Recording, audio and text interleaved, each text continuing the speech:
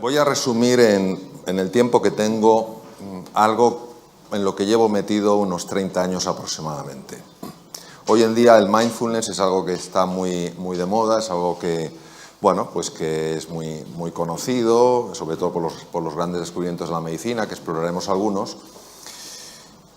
Pero es algo verdaderamente antiguo, en el sentido de que, como iremos observando y descubriendo, es el resultado de una investigación muy profunda hace montones de años, que la ciencia médica en los últimos 30 años sencillamente ha mostrado, no ha demostrado su valor, porque ese valor se ha demostrado a lo largo de muchos siglos, ha mostrado por qué se produce ese valor.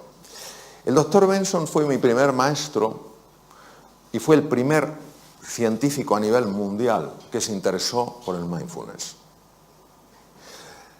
El Occidente rechazaba todo lo que es la meditación. El origen de la palabra mindfulness es del lenguaje Pali. Pali es el que hablaba Buda, aunque muchos escritos están en sánscrito, su lenguaje coloquial, igual que el de Cristo, era el arameo, el de Buda era el Pali.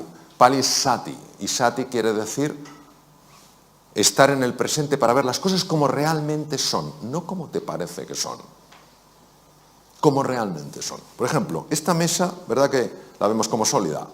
Esta mesa fundamentalmente es hueca, pero yo sé que la percibimos como sólida. ¿Por qué? Porque los átomos, para que os hagáis una idea de lo que es un átomo tendría, si hacemos una comparación, un átomo sería un balón de reglamento colocado en el centro de Londres, y la corteza, que fundamentalmente es un espacio vacío con algún electrón dando vueltas, sería todo Londres, una ciudad que tiene 50 kilómetros de diámetro. Entonces, es fundamentalmente hueco, pero en nuestra percepción lo vemos como sólido. Bien, entonces, el doctor Herbert Benson fue el primero que se interesó, porque casi nadie en la ciencia, en el mundo de la ciencia, se interesaba por esto, que era budismo, taoísmo, zen, cosa de, bueno, de gente que les encanta el incienso, las panderetas, las campanillas, tin, tin, tin, tin, tin, no sé qué, el rasurado de pelo, etcétera, etcétera. Dijo, ¿y si hubiera algo más? Y este hombre, ¿por qué le interesaba saber si había algo más? Porque él estaba muy preocupado con sus enfermos. Él, como cardiólogo muy reconocido en la Universidad de Harvard, se encontraba con el problema de que había muchas personas que tenían hipertensión arterial y que la medicación no era suficiente. De repente se enfadaban con alguien y se disparaba su tensión. Y claro, si te dispara mucho la tensión, ese es el problema que puedes tener. Que te rompe un vaso sanguíneo, en fin, un infarto, un ictus, lo que sea. Dijo, tiene que haber otro sistema. A ver, ¿qué pasa cuando uno se hace una pregunta e insiste en su pregunta? ¿Qué pensáis que pasa?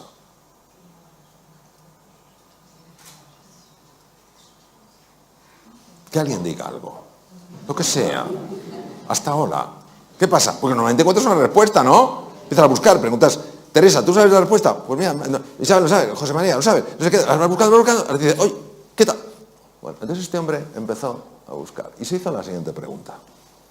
¿Puede haber algo que no contemple la realidad médica, pero que pueda tener un impacto en la hipertensión arterial?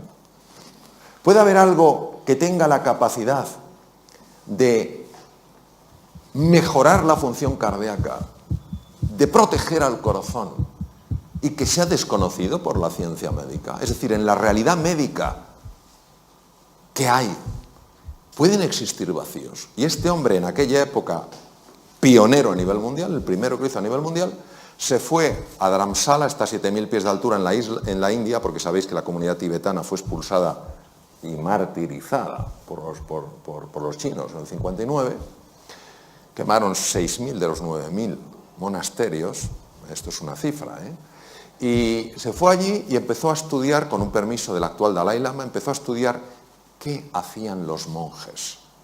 Porque le habían llegado ideas, a través sobre todo de un libro, de que los monjes eran capaces de activar ese sistema del que hablabas tú, Santiago, que es el sistema que protege al organismo, el sistema parasimpático. Y yo me acuerdo, hablando con él en su despacho, y en aquella época estaba en el Dícones en trasplante hepático, y él seguía como cardiólogo en el Dícones. Y entonces me acerqué y recuerdo que me dijo, Mario, you've got to stop the train of disturbing thoughts which enter into consciousness without being invited. Digo, ¿qué le ha dado a este hombre? Tenemos que parar el tren de pensamientos perturbadores que entran sin nuestro permiso en la conciencia. Yo en aquel momento, un joven cirujano, interesado por estos temas, pero sorprendido, dije, ¿pero qué tendrán que ver los pensamientos en todo esto? Y él me dijo en su despacho, mira, yo entreno a los enfermos que van a cirugía cardíaca en esta metodología que aprendí en el Himalaya.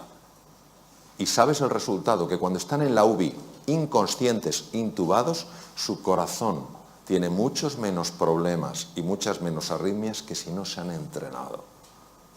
Y lo que les altera es la mente. Claro, este fue el primero que me puso una luz delante de los ojos y dijo, ¿de qué estamos hablando? Entonces empecé a tirar del hilillo, claro. Todos nosotros, cuando estamos cómodos, cuando estamos con buena salud, cuando estamos tal cual, bueno, pues la vida transcurre, discurre y fluye. Pero llega un momento en el que aparece algo que perturba nuestra vida, una tormenta. Puede ser de salud, puede ser un desengaño, puede ser una pérdida económica, puede ser mil cosas. Aparece una tormenta en nuestra vida. Y aquí entra un patrón reactivo típico del ser humano.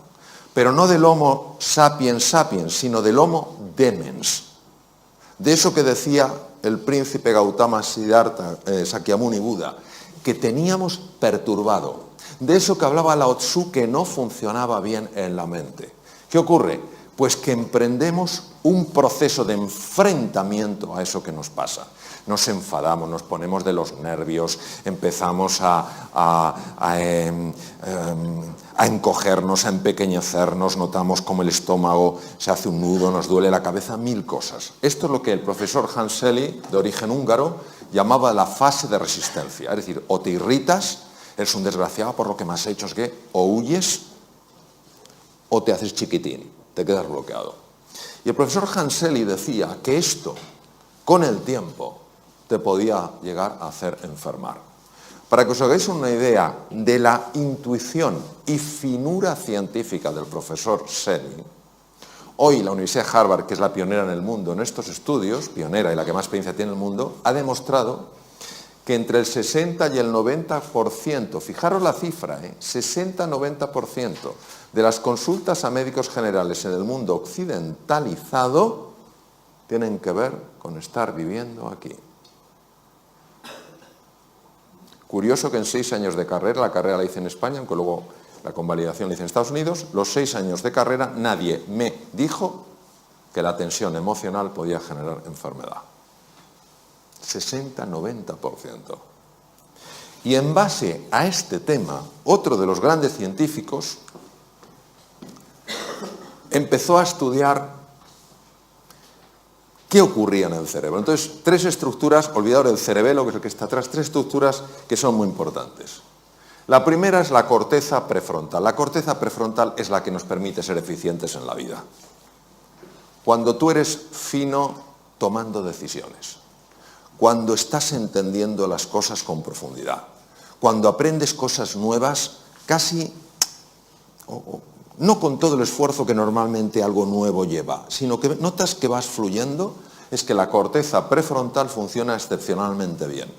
Pero la corteza prefrontal está afectada fundamentalmente por esta estructura llamada amígdala, que nada tiene que ver con estas, que es un núcleo, bueno, es un grupo de núcleos en el lóbulo temporal, está a la altura de las orejas, de tal manera que cuando la amígdala se activa, que es nuestro detector de peligro, acordaros, estoy plácidamente, pum pum, aparece la tormenta, cuando yo la tormenta la vivo como una amenaza y me resisto a ella, luchando, yéndome para atrás o haciéndome pequeñito, cuando la amígdala se activa de esa manera, bloquea la corteza prefrontal de tal manera que ni me entero de lo que tengo que hacer, ni puedo encontrar nuevos caminos para hacer frente al desafío, ni puedo aprender cosas nuevas. En el mundo VUCA, volátil, incierto, complejo y ambiguo actual, en el que todos estamos, y que muchas personas están viviendo como una amenaza, es normal que haya caído la productividad, haya caído la creatividad y se estén dañando las relaciones interpersonales. ¿Qué se hace desde la medicina? Ansiolíticos y antidepresivos para neutralizar la amígdala. No digo que en algunos casos no estén indicados, pero ¿y si hubiera un sistema más natural para neutralizar la amígdala. Y luego hay otra estructura aquí que tiene forma de cabito de mar que se llama hipocampo, y el hipocampo es uno de los grandes reguladores de la amígdala. Si el hipocampo baja de tamaño, la amígdala es más activa, es decir, nuestro detector de peligro salta antes. Por ejemplo, ¿qué tal estás? ¿Por qué? ¿Entendéis? Ha saltado demasiado. Probablemente porque el hipocampo está pequeño. Os voy a dar dos cosas importantes. El hipocampo aumenta de tamaño con el mindfulness. Esto lo demostró la doctora Lazar, que trabaja también en Harvard, en el Hospital General de Massachusetts. El hipocampo aumenta de tamaño con el mindfulness y también con el ejercicio físico. Las personas que hacen ejercicio físico normalmente toleran mucho mejor ciertos embates de la vida, notan que están más tranquilos. ¿Por qué? Porque su amígdala está más controlada por el hipocampo. Cuando una persona está súper tensa, súper estresada y no encuentra sus espacios de calma, esos espacios de silencio, baja el tamaño físico del hipocampo porque mueren neuronas y la amígdala se enloquece, entonces se vuelve una persona más reactiva. La belleza del mindfulness actuando sobre el hipocampo, como ha demostrado la doctora Lazar en el Mass General, es que al engrosar el tamaño, al haber más neuronas, porque aquí sí se forman más neuronas, al haber más conexiones, es más difícil que las tormentas de la vida, que a todos nos sacuden en un momento u otro, de mayor o menor intensidad, te desequilibren, te enajenen, te saquen del eje. ¿Qué es lo que pasa? ¿Qué es lo que descubrieron sobre todo Buda y Lao Tzu? Descubrieron que la mente está enferma. Y como la mente está enferma, se impone al mundo real. El mundo real es uno, pero yo construyo un mundo mental que se superpone al mundo real y lo bloquea. Os pondré un ejemplo, porque si no esto es un poco raro. Hace 500 años el mundo ¿cómo era? ¿Plano o redondo?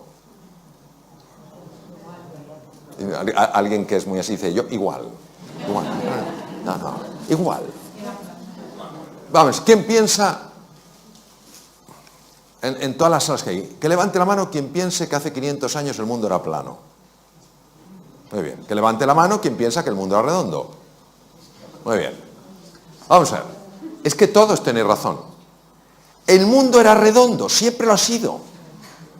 Desde hace 10.000 millones de años, la Tierra es redonda. No tiene forma de huevo. No es un plato, es redonda.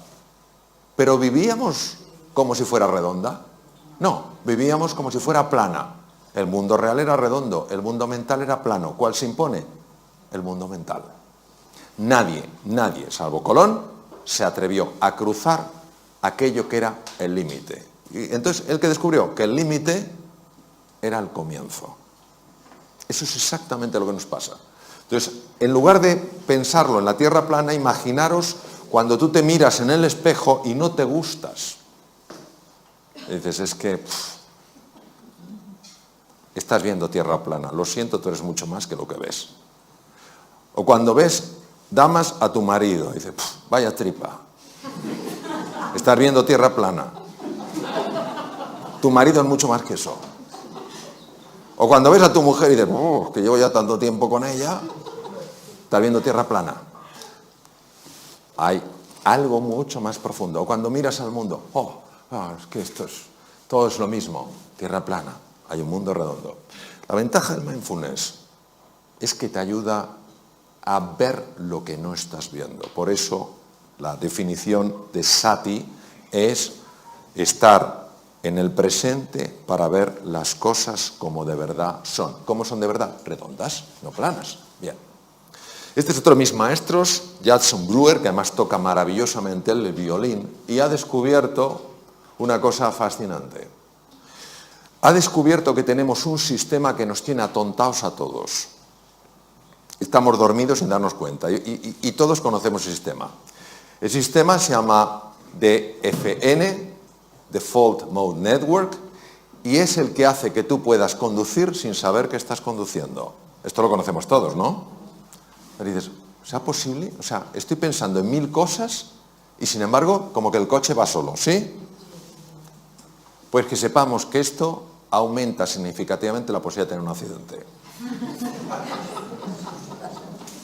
significativamente. ¿Por qué? Porque ¿dónde no estás? En el presente. ¿Dónde estás?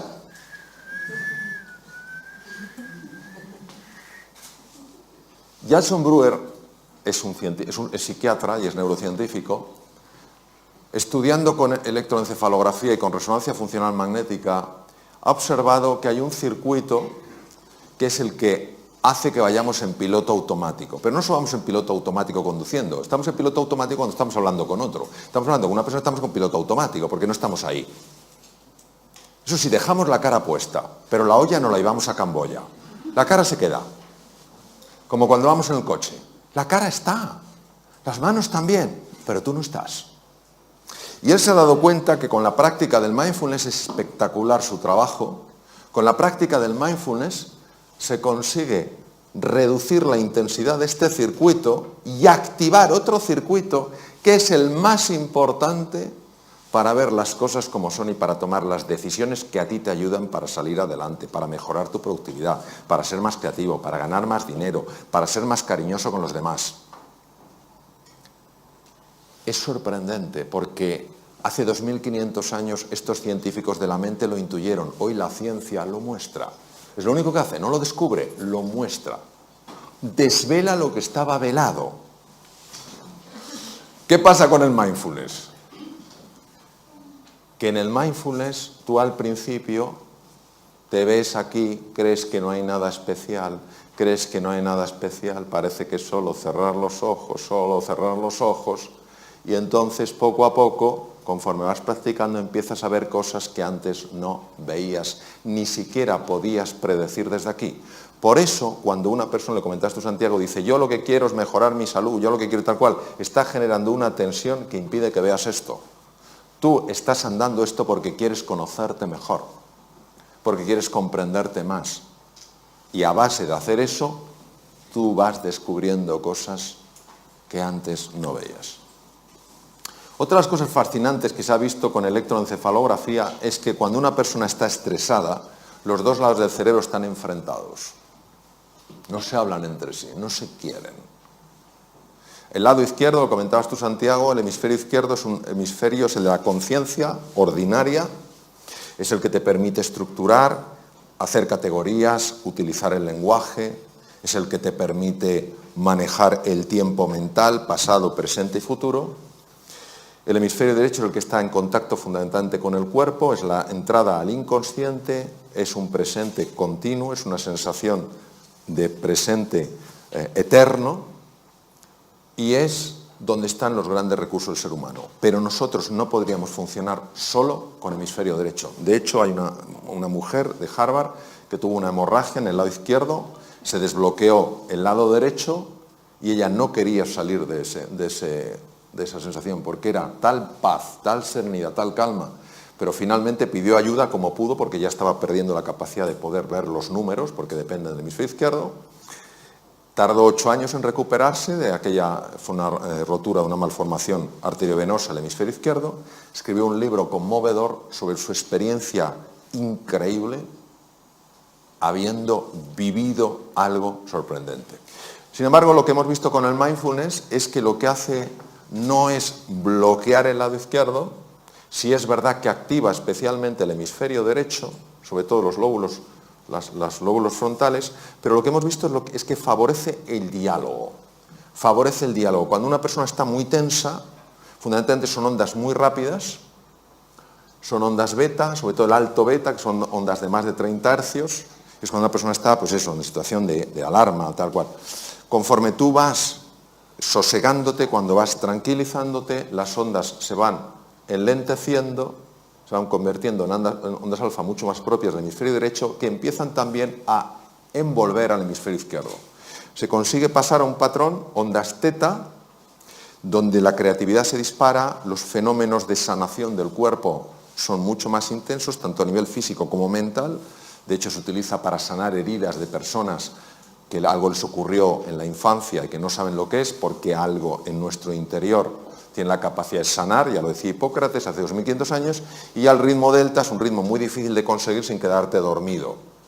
porque solo muy pocas personas lo hacen. Y los monjes muy entrenados, como mi querido amigo y maestro Mathieu Ricard, consiguen algo que se llama gamma, que muy poca gente en el mundo lo puede hacer, que es un tipo de onda que no se conocía que se pudiera producir. Y son personas que están absolutamente en el presente y absolutamente en calma. Y son personas que transmiten algo brutal. Bien. No voy a contar el concepto ontológico que hablabas. Ontología es la ciencia del ser, que es una parte de la metafísica. La metafísica se divide en ontología y teodicea. Entonces, sí voy a hablar de qué hacen los pensamientos. Los pensamientos son como olas en el mar. Llega un momento en que pueden ser tremendamente perturbadores. ¿Qué es lo que hace el mindfulness? El mindfulness lo que hace es te convierte en un submarinista. Es decir, si tú estás aquí, te están los pensamientos y van como una ola. Cuando nos hemos bañado en aguas un poquito agitadas, sabéis que es que no tienes nada que hacer. La ola te iba para ahí, te iba para allá, etc. Pues igual los pensamientos. Empiezas a angustiarte por el futuro, empiezas a lamentarte por el pasado y te van para acá, para allá. Entonces, lo que hace el mindfulness es, no luches con los pensamientos. Pero fijaros, por eso cuando dicen, no, es que el mindfulness lo que hace es que la mente no produce pensamientos. ¡Qué tontería! La mente dualista sigue produciendo olas y tú no te enfrentas a la ola. No, yo no tendría que tener este pensamiento, yo tendría que... No, tú lo que haces es, te metes bajo el agua. ¿Qué hacemos cuando estamos en la playa, cuando estamos nadando y viene una cojola? ¿Hay alguien que diga, ¿a qué no puedes conmigo? No, ese grado de estupidez no existe. ¿Qué hacemos todos? Nos zambullimos porque la ola pasa por encima. Por lo que hace el mindfulness, te zambulle, te mete dentro. Entonces observar que cuando estás un poquito más abajo y miras hacia arriba, claro que ves los pensamientos, claro que ves las olas, pero ya no te arrastran. Ya estás en estado de meditación, ya estás en estado de profundización. Y por eso, como el mundo mental genera tanta distorsión, al estar aquí, empiezas a notar una recuperación, una revitalización que no se puede experimentar arriba. Conforme tú vas entrando, va cambiando el patrón de ondas alfa, ondas teta, ondas delta. Llega un momento en el que empiezas a tocar, y lo digo por experiencia, el fondo del mar. Y cuando tocas el fondo del mar, esto no se puede describir, o sea, se puede describir, pero es algo de tal rotundidad que puede darte una fuerza para tomar una decisión tremendamente difícil. Te puede dar una claridad que no sabes de dónde ha salido, pero que ahora la tienes y antes no la tenías. Es verdad que en el fondo del mar empiezas a ver talentos que no sabías que tenías, y es verdad que empiezas a ver algo que no es agradable de ver, pero que es necesario de ver. Empiezas a ver que algunas de las cosas que más te molestan en la vida las estás provocando tú sin saber que las provocas. Porque nosotros somos todos muy hábiles viendo el efecto de las cosas, pero no viendo la causa. ¿Me entendéis a que sí? Cuando tú lo ves, ¿es una mala o una buena noticia? ¿Qué me decís?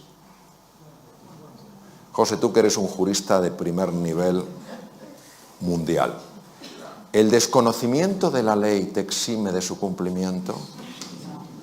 No. Me decía, esperaba una pregunta más compleja. Me mira diciendo, no, más de mi nivel es lo que doy, José. Bien, pues lo mismo. Que tú no sepas que estás causando eso no evita que sigas experimentando los efectos de eso.